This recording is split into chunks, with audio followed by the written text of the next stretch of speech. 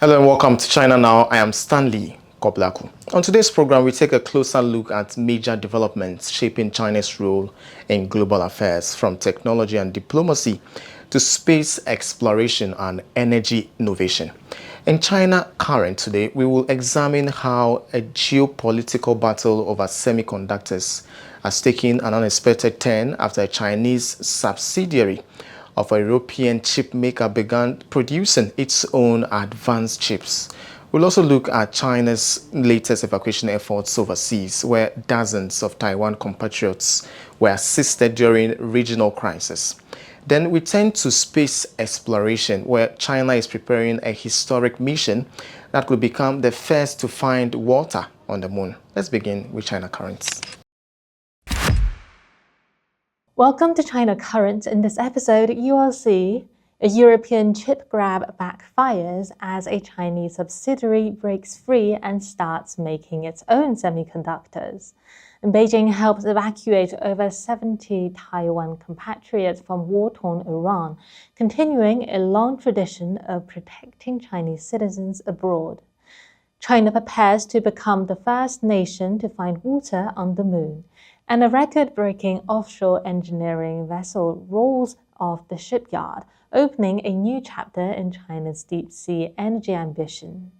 Let's get started. First, let's see how European chip grab backfires. On the 9th of March, the Chinese subsidiary of Dutch chip maker Nexperia announced that it has begun producing its own semiconductors. Chips designed in-house, manufactured on a 12-inch wafer platform that its European parent company does not even possess. It is the kind of outcome that Western chip makers presumably did not intend when they set out to seize control of the company. But it is the outcome they got. The announcement is a direct and unmistakable signal. After months of corporate warfare, boardroom coups, and geopolitical maneuvering, Nexperia China is charting its own course. To understand why this matters, you need to understand the backstory, and it is one of the most extraordinary corporate drama in the global semiconductor industry. Nexperia was originally spun out of the Dutch electronic giant Philips. In 2018, China's Wintec Technology acquired the company. Under Chinese ownership, Nexperia thrived. Revenue climbed, R&D spending more than doubled, rising from 112 million euros in 2019 to 284 million by 2024. The company repaid all its debts and became a major supplier of automotive and industrial chips to European manufacturers. By any financial measure, the acquisition was a success. But then Washington intervened. In December 2024, the U.S. Department of Commerce placed Wintec on its entity list, citing national security concerns. In September 2025, the so-called affiliates rule automatically extended those restrictions to Wintec subsidiaries, including Nexperia. And that is when things escalated dramatically. The Dutch government, under apparent American pressure, invoked a rarely used Cold War-era law, the Goods Availability Act, to seize effective control of Nexperia. The company's Chinese CEO and Wintec founder Zhang Xuezhen was forcibly removed from his position. A state-appointed trustee was installed. Wintec's shareholder voting rights were suspended. All of this was done under the name of protecting European economic security. Beijing's response was swift. China's Ministry of Commerce blocked the export of Nexperia's China-made chips, components used in automobiles and consumer electronics across Europe and Asia. The impact was immediate. European automakers raised alarm about supply shortage. Industry groups warned of production disruptions. The global automotive chip market, already fragile, was thrown into further uncertainty. By mid-November 2025, the Dutch government quickly backed down and suspended its intervention. But the damage was done. Communication between Nexperia's Dutch headquarters and its Chinese subsidiary had collapsed. Wafer shipments from European fabrication plants to the Chinese assembly center were frozen. The two halves of the company were, for all practical purposes, operating as separate entities. And now, with this latest announcement, Nexperia China has taken the next logical step. It is not waiting for reconciliation. It is building its own manufacturing capability, using 12-inch wafer technology to produce bipolar discrete devices, ESD protection components, and other products that directly overlap with the Dutch parent's portfolio. These are the same types of chip that power everything from smartphones to automobiles, and the Chinese subsidiary is making them independently with domestic wafer supplier including WinSky Semi and Shanghai GAT Semiconductor. It is also worth noting what Wintec actually did for Nexperia during the years of Chinese ownership. Under Zhang's leadership, Nexperia global market share grew from under 9% to nearly 10% of the automotive silicon discrete market. Revenue reached over $2 billion, R&D investments surged, debts were eliminated entirely by 2024. The company contributed over 130 million euros in corporate income tax to the Netherlands over the 5 years. By every objective measure, Chinese ownership made Nexperia stronger, more competitive, and more valuable to the European economy. And yet, this is the company that the Dutch government chose to seize. The broader lesson here is hard to miss. It is a textbook case of a strategic backfiring. Western policymakers assumed that export controls and investment restrictions would keep Chinese technology firms dependent on Western supply chain. The Nexperia saga proved the opposite.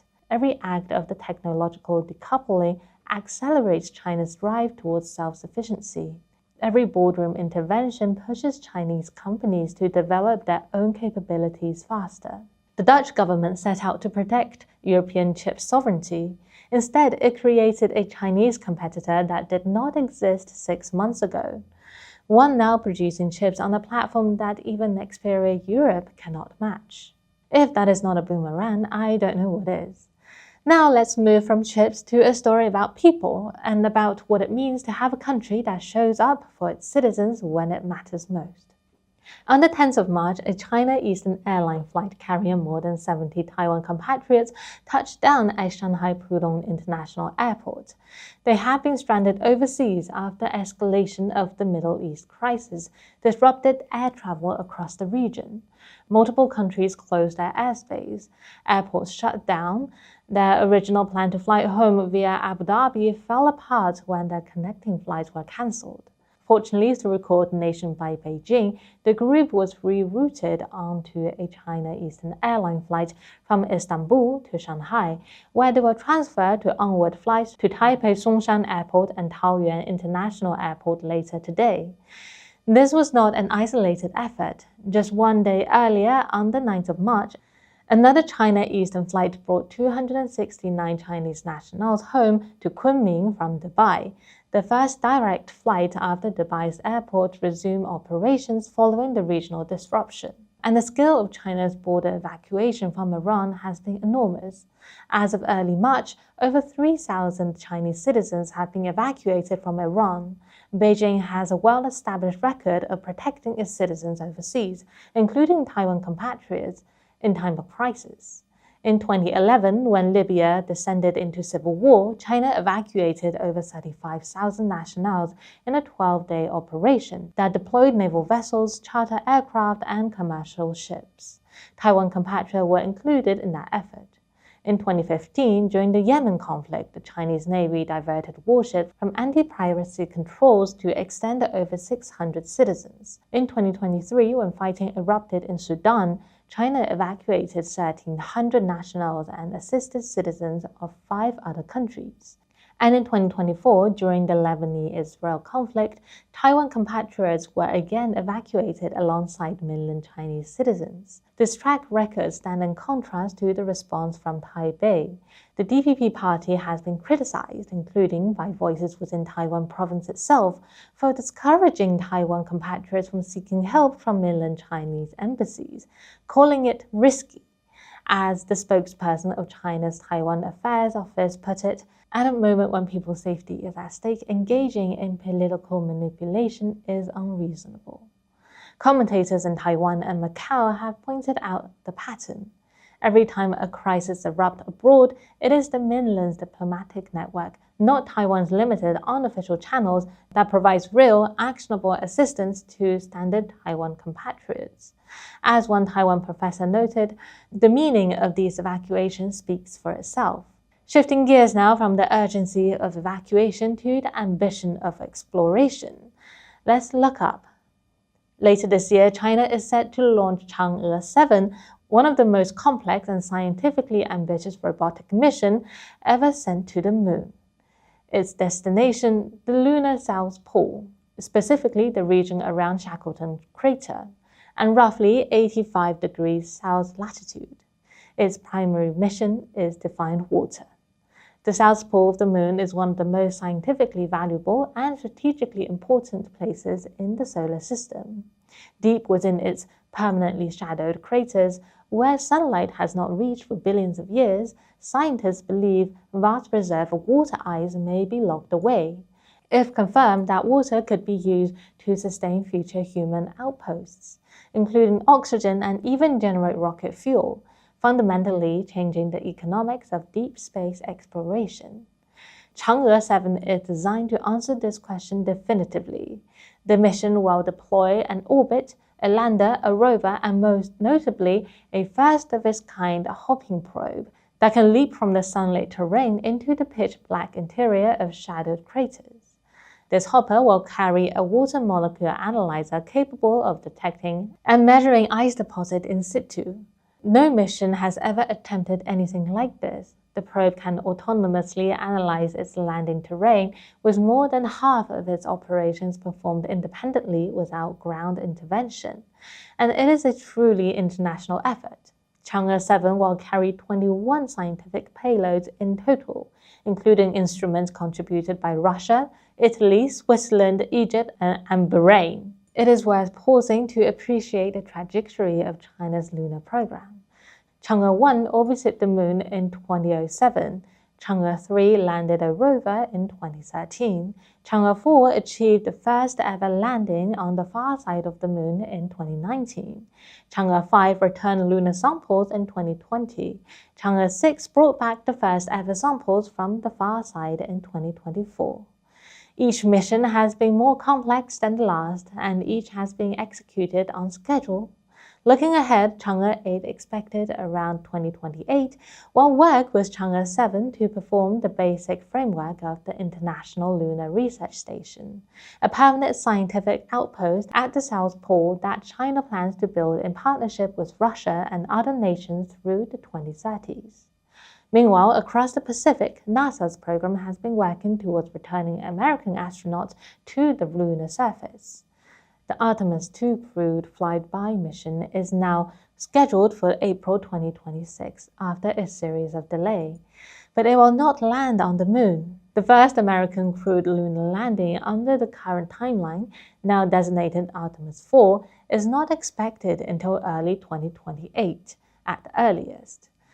Though the program has a long history of scheduled slippage, China, for its part, is targeting a crewed lunar landing by 2030. So here's a fun thought experiment. If both programs stayed on schedule, we could see both China and American astronauts on the lunar surface by the early 2030s.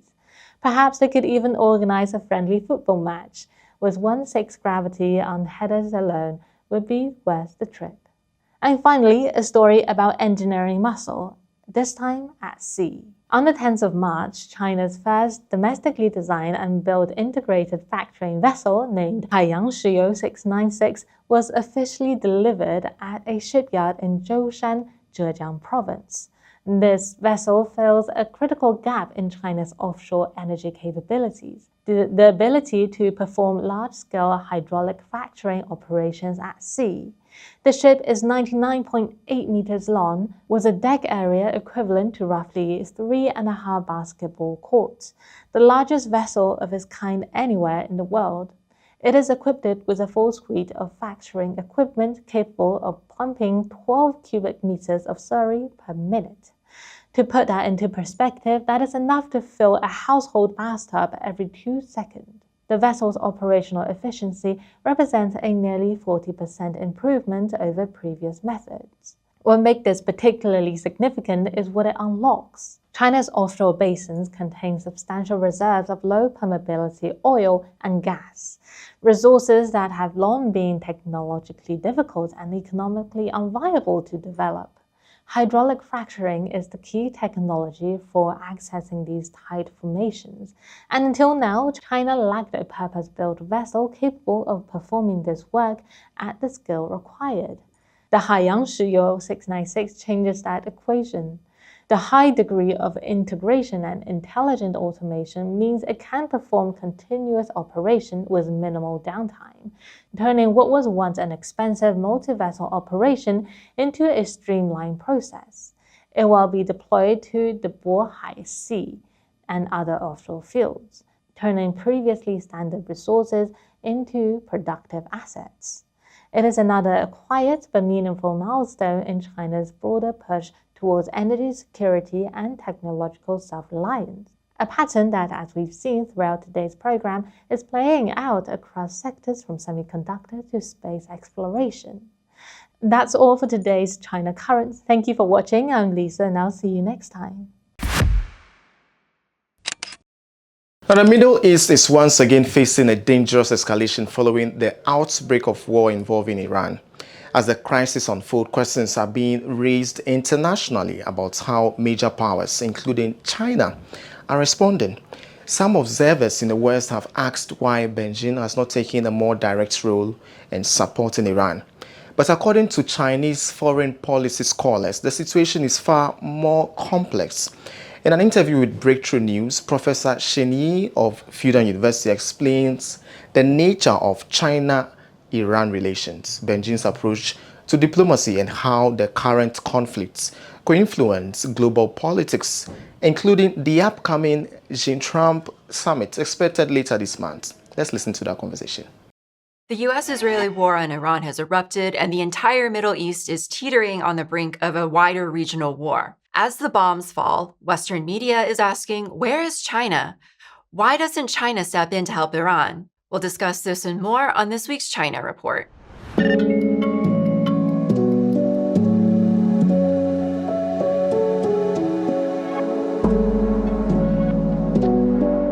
Welcome to the China Report. Every week, we'll be helping you sort through all the propaganda with an independent view of the country that we're taught to hate, but know so little about.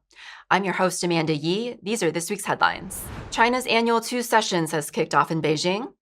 The Two Sessions refers to the annual back-to-back meetings of two of China's major political bodies, the Chinese People's Political Consultative Conference, which is its top advisory body, and the National People's Congress, China's legislature. At the opening of the National People's Congress on Thursday, Beijing has set a revised GDP growth target of 4.5 to 5% for 2026, a slight decrease from previous years. This conservative shift reflects a strategic move away from number-first growth toward a quality-first model, addressing structural issues like its property sector and youth unemployment. To support this transition, Beijing plans roughly 30 trillion RMB in public spending, prioritizing high-tech industries such as aerospace, biomedicine, and the low-altitude economy, while limiting defense spending growth to a 5-year low of 7%.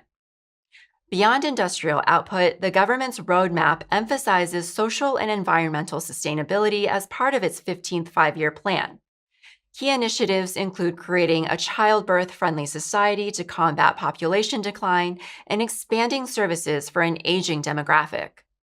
Additionally, China is pushing for industrial self-reliance and amid trade tensions with the US, and remains committed to hitting peak carbon emissions by 2030.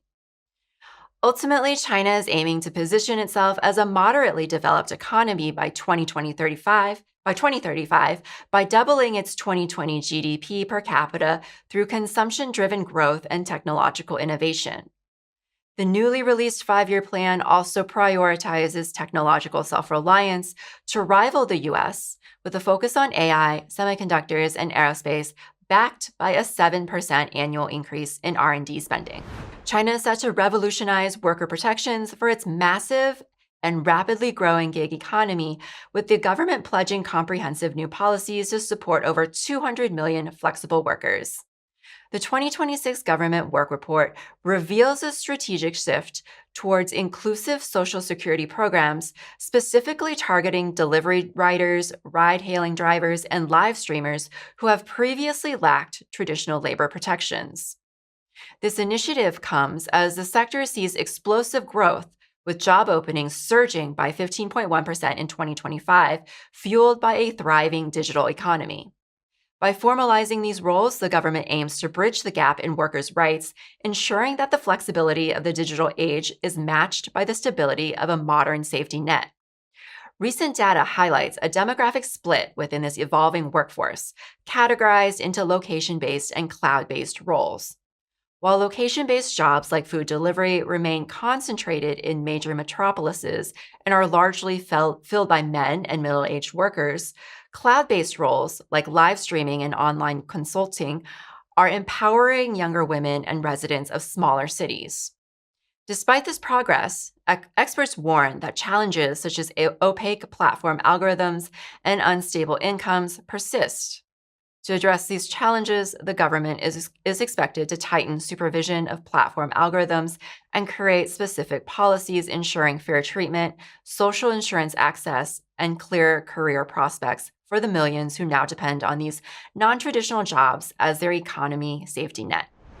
With the Iran war spiraling out of control, China is officially stepping in as regional mediator. Foreign Minister Wang Yi announced that a special envoy will be dispatched to the Middle East following high-level discussions with counterparts in the UAE and Saudi Arabia. While the specific mission details remain under wraps, Wang's rhetoric has been sharp. He has drawn a red line against the targeting of civilians and critical infrastructure, condemning the indiscriminate use of force regardless of its justification. As the world's largest oil importer, China is uniquely vulnerable to the current naval paralysis in the Strait of Hormuz, where nearly half of its crude imports transited just months ago. With the Trump administration yet to signal interest in Chinese mediation, Beijing is independently urging an immediate ceasefire and a return to negotiations to protect vital shipping routes and prevent the conflict from swallowing the entire Gulf. Well, the US-Israeli war on Iran has begun, and the situation threatens to escalate into a full-blown regional crisis with no end in sight. Just as with last summer's strikes, many online commentators and even Western media outlets are asking, where is China? Why isn't China helping Iran? To explain this, we are so happy to have on returning guest, Professor Shen Yi. Professor Shen is Assistant Dean of the School of International Relations and Public Affairs at Fudan University in Shanghai. He's also Professor of International Politics and Director of Fudan University's Research Center for International Governance of Cyberspace. Professor Shen, welcome back to the China Report. Nice to meet you. Welcome. Well, we're really glad to have you back on again. Like I said earlier, a question that's been raised every time that Iran is under attack from the US is, why isn't China doing more for Iran? This time around, I'm seeing that question posed a lot by even Western media outlets. Every time this happens, we see a kind of strong condemnation from Chinese officials like Wang Yi, condemnations of these violations of international law, calls for de-escalation.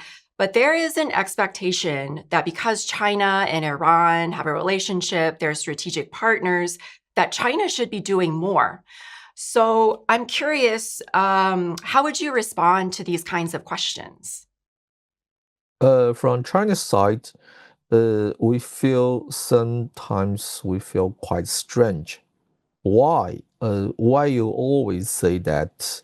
It seems that you have some, framework or perception that China should do this, China should do that, China should act according to your understanding or according to your imagination. So it's quite clear. Point one, they don't understand what is China.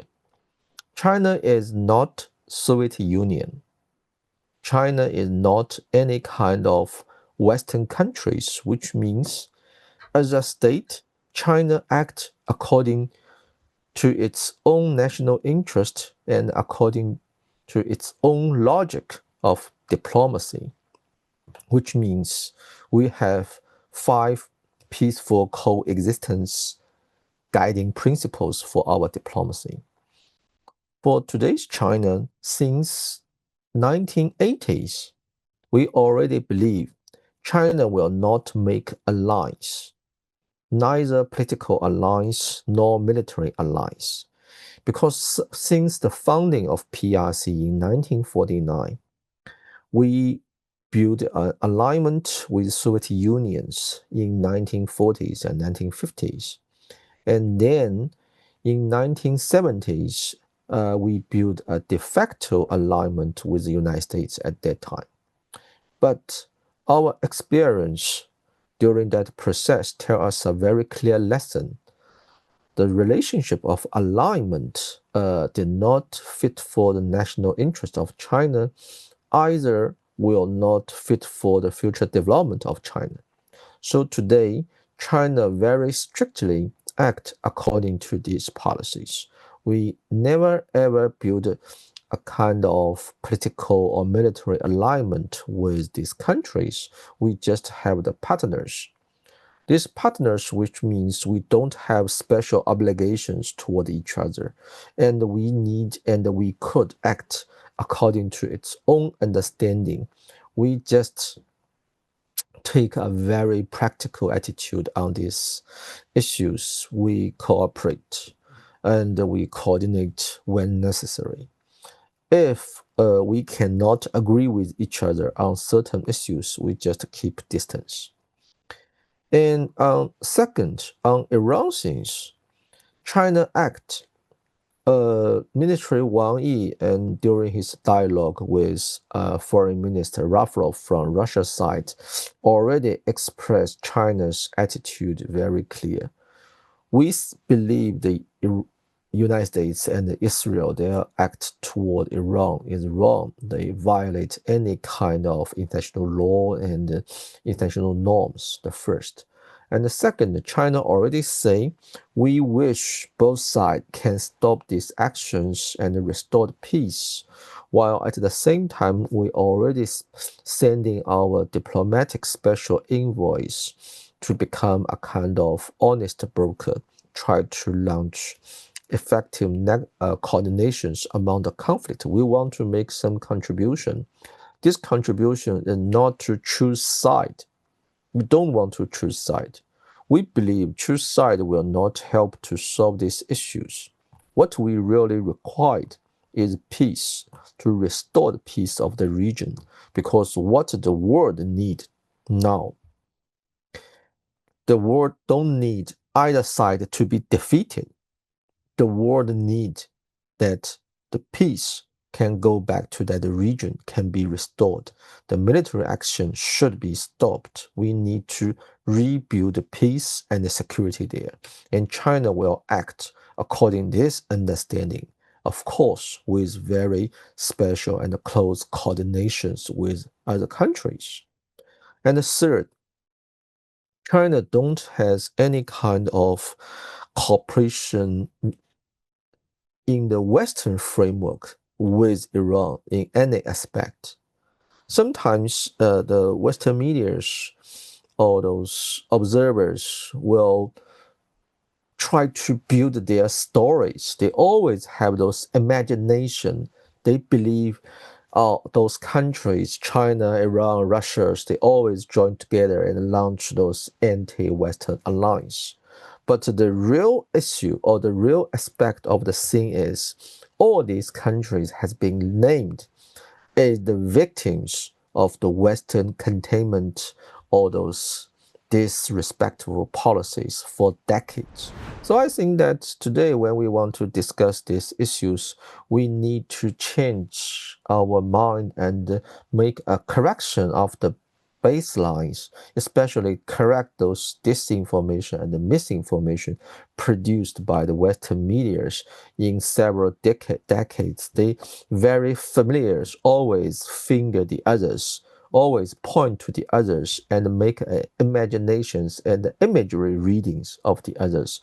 They read China and describe China's wrongdoings. Every wrongdoing is not what China did, but it's all these countries used to did, or what are they doing? They just doing everything wrong and then make a contribution that it's China's fault. So from Chinese side, we always be frustrated and confused. How can you doing these things? How can you say this sentence so blindly without any respect of the fact? Don't go to the real world, just like they just live in their own world, close their eyes, refuse to understand the reality. I think that it's a time to change. If they don't change it, they always make wrong conclusions and the wrong understanding of these things. Yeah, I mean, you mentioned a few minutes ago that China is China and it has its own way of diplomacy, its own way of doing foreign relations. And a lot of analysts I've seen have made similar points that, China is not the West.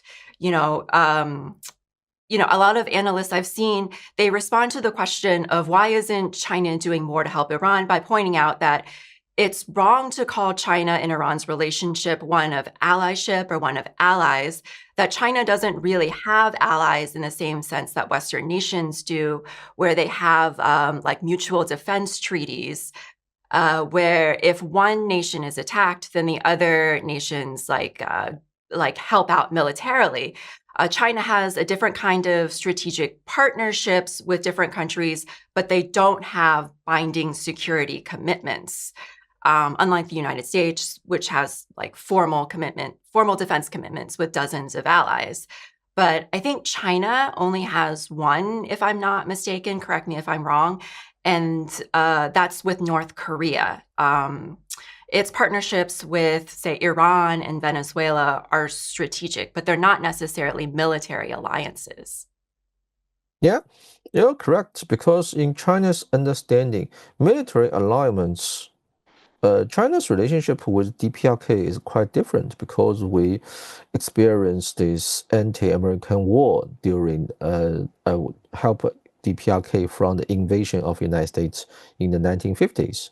That agreement and alignment relationship is kind of historic heritages from that times. And frankly speaking, and this relationship with DPRK is a very rare examples of military alignments in the world, because in the world, especially those military alignments with the United States, is rather a defensive. It's not that means defensive alignments. It's kind of strategic offensive group corporations, or it's kind of tools and structures of United States hegemony system. Just 2 days ago, when United Kingdom and France want to joint United States and Israel actions toward Iran, they say that they will take defensive policies, or they will take defensive actions toward Iran and Israel. You know that they already changed that meanings. When we normal peoples use the term defense, especially collective defense, it just look like that you will be attacked first and then you countering back. It's kind of defensive. But in the United States and the NATO dictionary, they have only two terms. One term is deterrence. The other term is defense. The deterrence means they don't really use the force, but threat the use of force and ask other countries to act what they do. The defensive means they use force.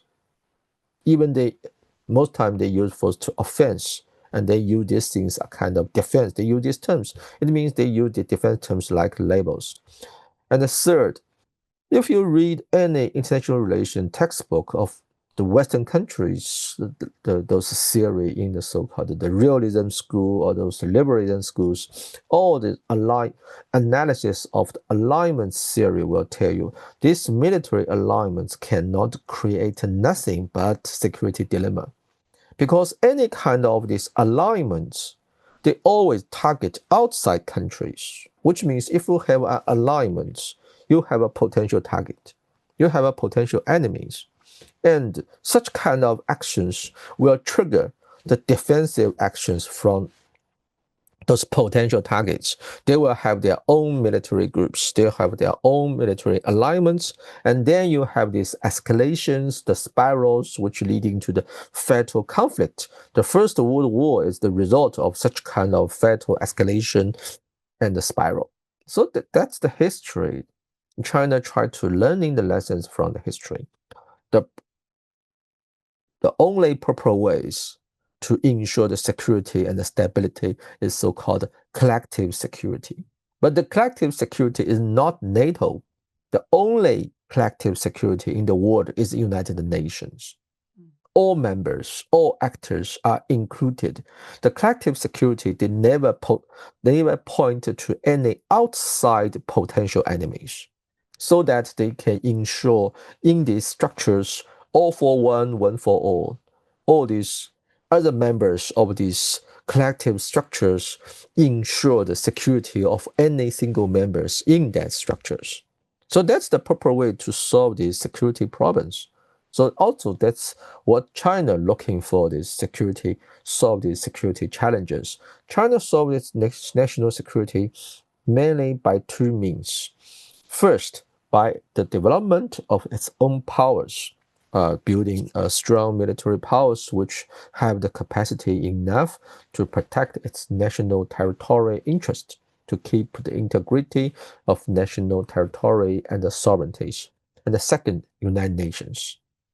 China respect the United Nations, and China wish to cooperate with other countries to working together to make improvement and enhancement and empowering United Nations to ensure that UN platforms can go back to its starting point, which located in the spirit of the UN chapters.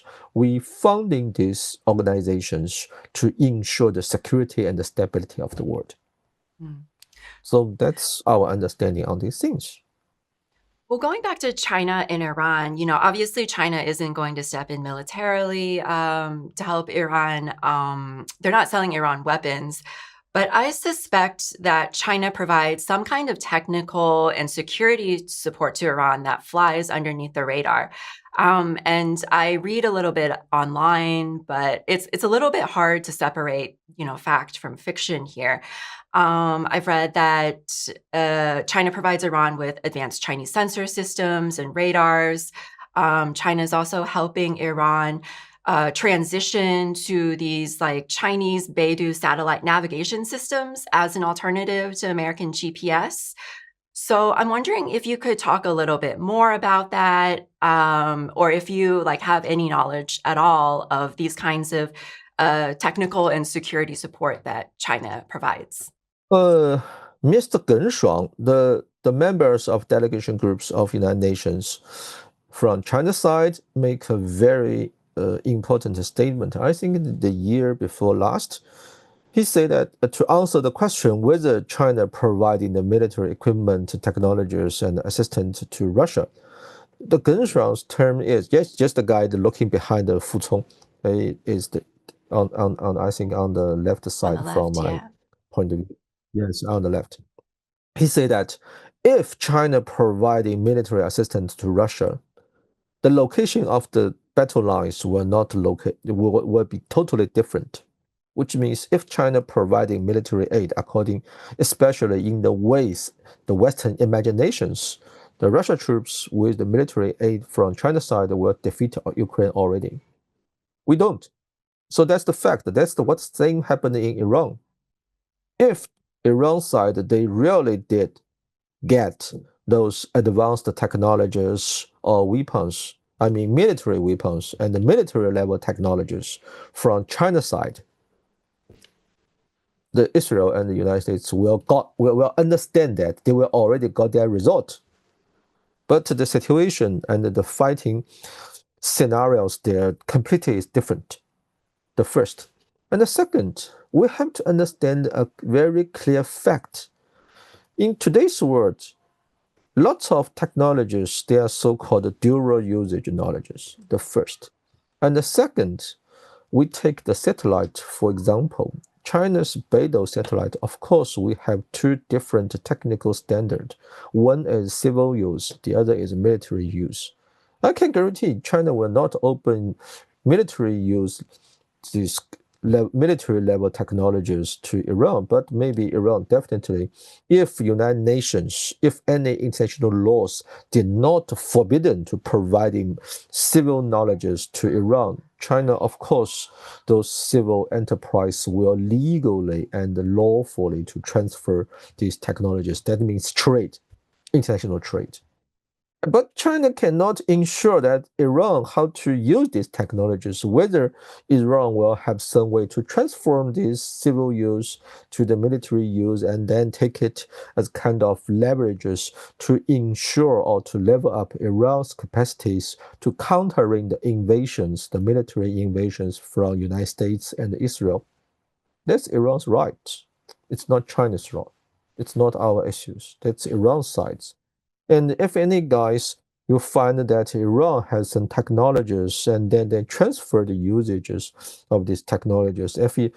And such kind of transferring of technologies did not violate any kind of international laws. So that's it. That's just one part of the what the real world is running.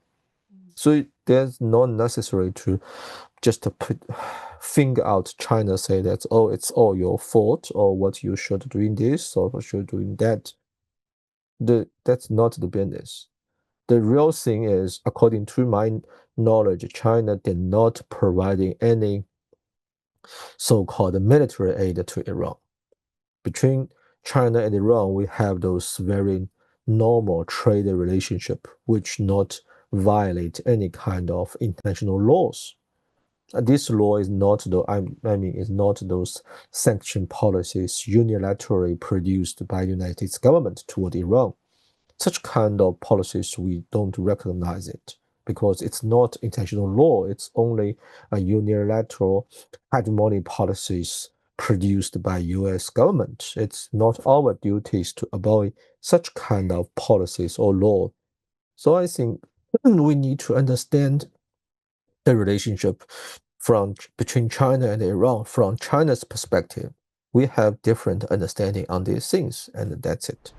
It's been very clear from the past few days since the US and Israel launched their attacks that there's no clear plan, there's no clear exit strategy, and you can just tell just from the press conferences that people like Pete Hegseth and Trump have held in the following days since the attacks. You know, when Hegseth was asked by a reporter, what is the plan? What is the exit strategy here?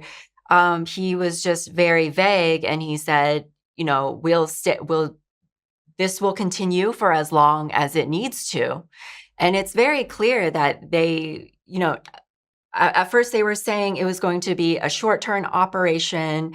And then over the course of the week, they have, not really given a clear answer to exactly how long it will go. At first they were saying it was going to be short term. Then they were saying it'll last, a few weeks, a few months. And I think yesterday I read that one of them said it might last until September. So this is like a very dangerous situation that we're in, and it has the potential to escalate into another endless, forever war in the Middle East. But I wanted to return to the issue of China and Iran. Xi and Trump are expected to meet in Beijing later this month, March 31st. How do you think this war with Iran will impact those talks? And, how will it impact this trade truce that they have going right now?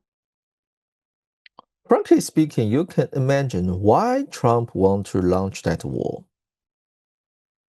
He want to win, not only in domestic in the coming middle term elections of the Congress, and of course he want to got more score and more wins when dialogue with President Xi Jinping at that time. And you can believe maybe what will happen if Trump realizes its targets, which means he win again in Iran, got a very quick, amazing win.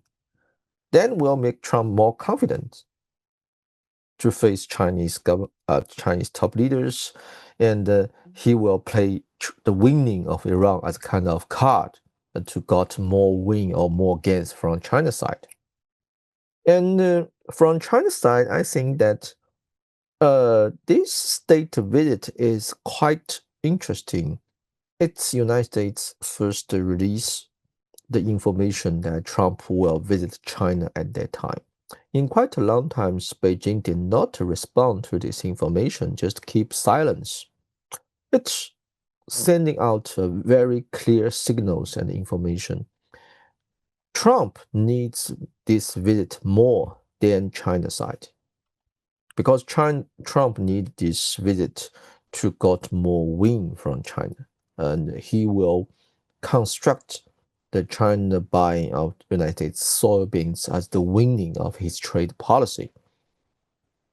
From China side, we take special attention, pay special attention on this summit. And our requirement and understanding is this kind of summit will contribute to the stability of US-China relations. Nowadays, China take a more rational and responsible state attitude on these bilateral relationships. And the operation or the war or the invasion of Iran put negative elements on this potential summit, while also providing an extra opportunity for China side to take a more frank attitude with US president if it happened according to the timetable, because there's already some information that, of course, I cannot verify this information to say that maybe it will be delayed the visit. Frankly speaking, if Trump can stop the fight at that time, I mean before he visited China, if the situation in Iran become more complex, for example, if really have some ground battle breaks out, no matter the US troops from Iraq enter into Iran or CIA armed those Kurds enter into Iran and launched so-called ground offensive operations toward Iran armies, it will make these things more worse and make those unstable elements outfield to the nearby countries and launch to the more clear dangerous to the security and the stability in the Middle East. So in that scenarios, maybe Trump don't have more interest to visit China. We still have this possibility, and we need to become more patient and see what the things going on. Third, from China's side, China has set up a very clear guiding principle to deal with Sino-US relationships. First, mutual respect, which means mutual respect toward each other's core interest. There's a one version of the Busan Summit. Those happened in South Korea last year, the meet between Xi Jinping and Trump. During that dialogue, Xi Jinping told Trump, the great regeneration of Chinese nationality has the same logic of your MAGA logic.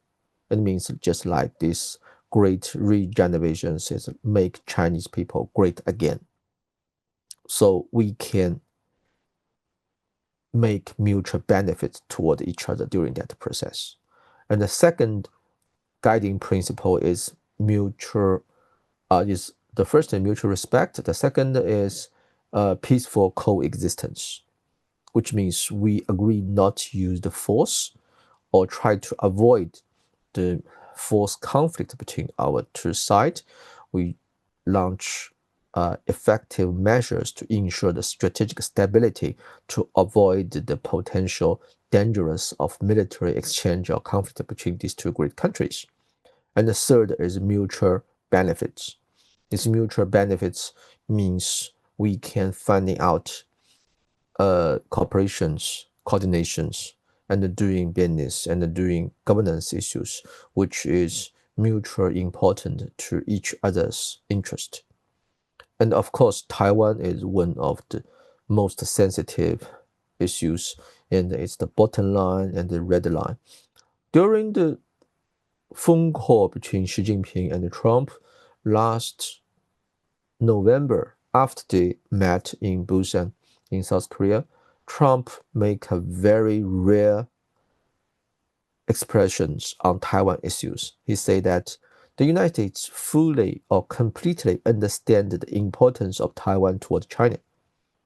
This sentence got very high comment on China's side because we believe this is very constructive.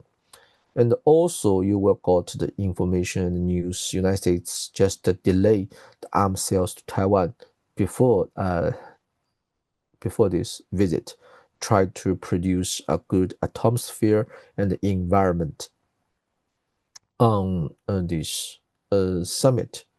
And I think that we have lots of things to observe what will happen on this planned summit, whether it will be delayed, the first, and the second, to which extent we can got some deal or those agreements on important or sensitive questions so that we will providing a more constructive basement for the future development of Sino-US relationships in more general ways. And the basement of today's Sino-US relationship is based on power. Those Iran's conflict, we can find that though Iran's missiles and unmanned drones, their technology is not that good, but they can still very successfully penetrate the US-made defense systems in those US military base in the nearby Arab state and in Israel. You don't have the capacity, the technical capacity to intercept Iran-produced missiles and unmanned drones.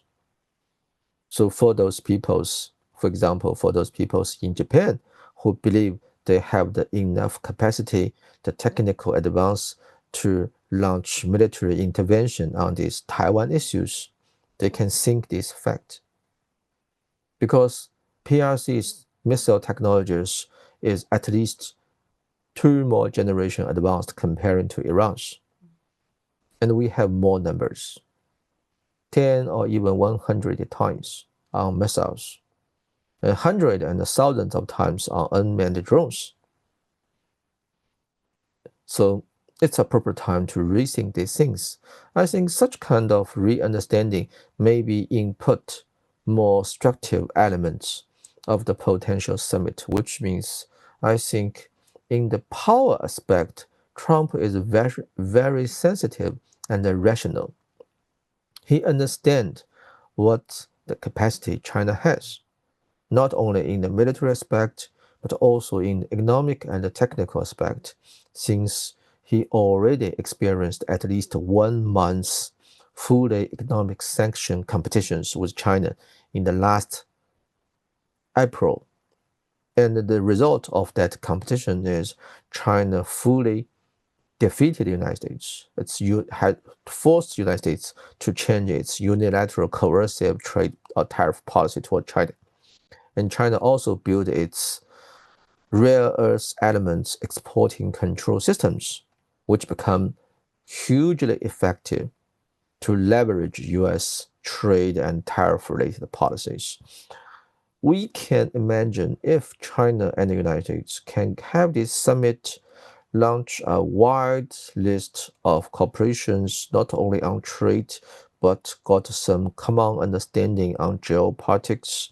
And if China can quite successfully persuade the United States to change his mind on these Middle East issues toward in a more general ways, it will be a good news because it will input more stabilizer, those more stability and more certainties toward.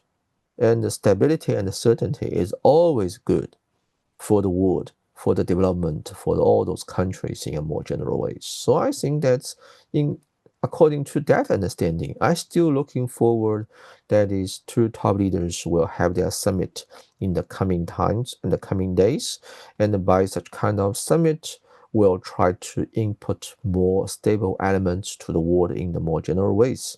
But of course, I have to say, in today's world, everything is possible.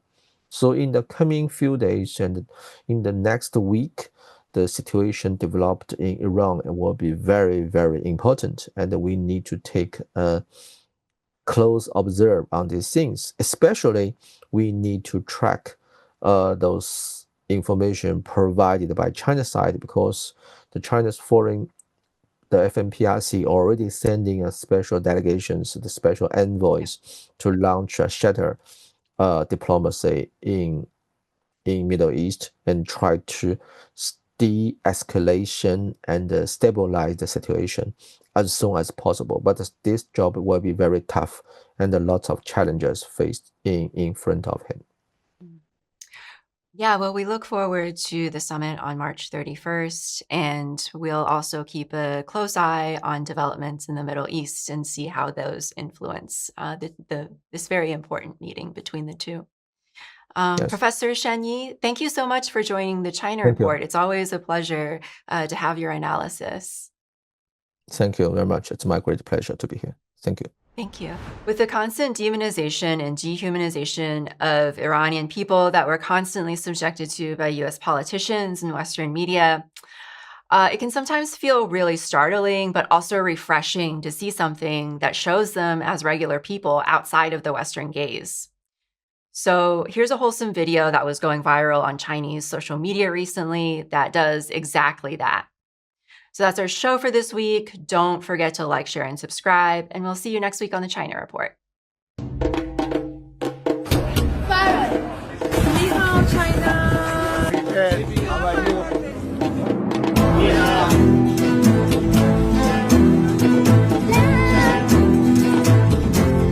你好，China。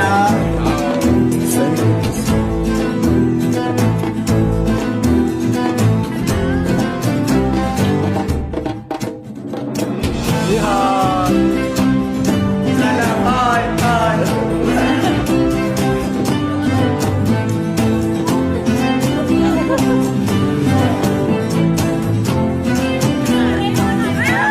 What do you think about Iranian people?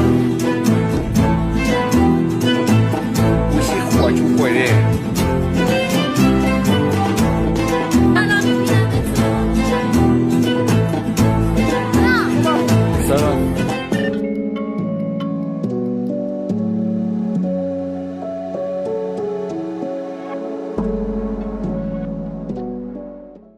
While analysts debate the geopolitical consequences of the war, voices from inside Iran describe the reality on the ground. In Thinkers Forum, Iran scholar Professor Muhammad Marandi, speaking from Tehran, shares his perspective on how the conflict is affecting daily life, public opinion, and Iran's relationship with the United States. He also discusses the growing anger among ordinary Iranians as the war continues. Here is Professor Marandi. I'd been in Tehran during the entire period of the war, and the Israeli and American regimes have been bombing the city day and night. They bombed hospitals, they bombed schools, they bombed the central building for the National Red Crescent Society. They've also bombed places. And when people went to rescue those who were under the rubble, they bombed it again. Double tap attacks. One of my own personal friends was witness to one of these attacks, and he survived. They're bombing civilian infrastructure, civilian homes, and police stations. They've been bombing the institutions that are the fabric of society. And right now in the town of Minab, another city, a small city actually, There's a funeral procession going on for the 185 school children and their teachers who were murdered on the first day. And it was because of that mass murder on the first day of the war that they imposed on Iran that schools are now closed across the country for the safety of children. And universities are closed too for the safety of university students. They've also last night attacked Iran national TV and radio, and they did so the night before. Last night, I was on television on Iranian national TV from until 12 p.m., and an hour later, they bombed that complex. But Western journalists and reporters won't say anything. They won't condemn it because, of course, they are a part of this Epstein class. They're employees of this class of people that control the United States and the West. You see that there are no queues for food or anything else like that. So things are functioning well, despite the terror attacks by the United States and the Israeli regime. And last night and the night before, across Iran, there were huge gatherings and in support of the armed forces, in support of the state, and to commemorate Ayatollah Khamenei. People are on the streets today in Minab, in very large Minab city, where they murdered all those school children, and they're there in huge numbers, and they're condemning the United States, and they're supporting the Iranian government and the armed forces. Well, it has definitely made ordinary Iranians more anti-American, and politicians in Iran are more anti-American too, especially since we were negotiating. And again, it turned out, just like during the 12-day war 8-9 months ago, that the United States was lying and that the negotiations were not serious. And the United States was simply carrying out negotiations so that it could, behind the scenes, prepare to bomb Iranian people. This and the tax on schools and radio and television and hospitals and the murdering of children and so many innocent people, this has outraged Iranians. And so the gap between Iran and the Trump regime in the United States is growing. We have to also remember that 8-9 months ago, when the 12-day war of aggression against Iran began, they did the same thing. Trump was negotiating with Iran, but it turned out that those negotiations were fake, and he just wanted to deceive Iran and then carry out a blitzkrieg attack. And he did the same this time around. So I think the calculations of the United States and the Israeli regime and the West in general is based on a large part on racism and Orientalism. They assume that independent non-Western countries are weak and fragile and a house of cards. And they assume that they have an overwhelming force that no one can stand up against. And they are quite shocked that now they are confronting a force in Iran that is holding its own, that is striking back, both at the Israeli regime, but more importantly at at U.S. regime forces that are mobilized in our region. Well, most Iranians never trusted the West, and the minority of Iranian liberals thought that way. But even their views are now changing. I can see it among my own students, how the last few days where the Americans have been murdering women and children and bombing emergency centers, the central emergency center in Iran for ambulances and for providing emergency services was bombed. The Red Crescent Society central building was bombed. When people see this, when these young Iranians who believe, or some young Iranians who believe the Western propaganda, their beliefs changed. They've woken up to the reality of the West and how the Western media hides these atrocities. and how the Western media just repeats Western propaganda. So some of the younger people who were liberal and pro-Western and who uh, joined the riots, not in very large numbers, but still, many these people were rioting a couple of months ago.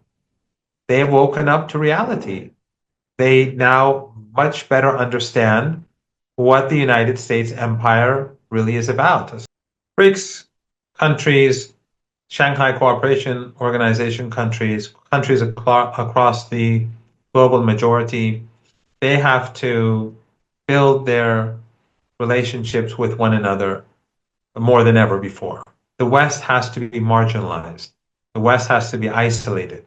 They have imposed the law of the jungle. And we're seeing that in Venezuela. We're seeing how they're starving Cubans. We see what they're doing in Lebanon right now. And of course, the ongoing genocide in Gaza. And now we're seeing what they're trying to do to Iran. So the West is a rogue entity now. The Trump regime is a rogue regime. And the Israeli regime, of course, is a genocidal rogue regime as well. And the best way to preserve global stability is to make sure that they are weakened. And so people across the world, I think, should boycott Western goods as much as possible. They should refrain from purchasing anything American as much as possible. Governments should build bridges with one another and across the global south so that the need for the West lessens, and that causes the West to have less capability to harm the rest of the world. There are many things that can and should be done.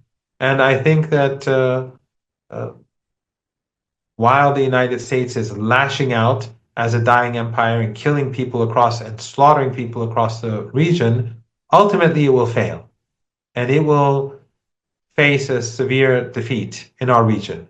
And this will push the empire closer, much closer towards its demise. Remember, a few months ago, the United States carried out a war against Yemen. And they said that they would defeat Yemen. And after 7 weeks, the United States gave up and walked away. Now it is Iran, which is much more powerful, and Yemen, and it's the axis of resistance. So the United States will not win this war. It is doing it at the behest of the Zionist lobby, of the ruling Epstein class. It is not in the interest of the American people. It is only in the interest of the Israeli regime, which wants to gain control of West Asia, which is, of course, a threat to China and Russia, too. Because if they're able to gain control of West Asia, that means they'll control the energy. But there's no doubt that they will fail, and the heroic people of Iran will persevere. We've been watching China Now here on Pan-African Television. On today's program, we explored how technology competition is reshaping the semiconductor industry, how China continues to assist its citizens abroad during crisis, and how new developments in space exploration and offshore engineering are expanding the country's technological frontier. We'll also hear from experts' perspective on the ongoing conflict involving Iran and the broader geopolitical tensions surrounding it. Please do want to share your comments, feedbacks, and suggestions through the email provided below. I am Stanley Koblaku. I'll see you same time next week.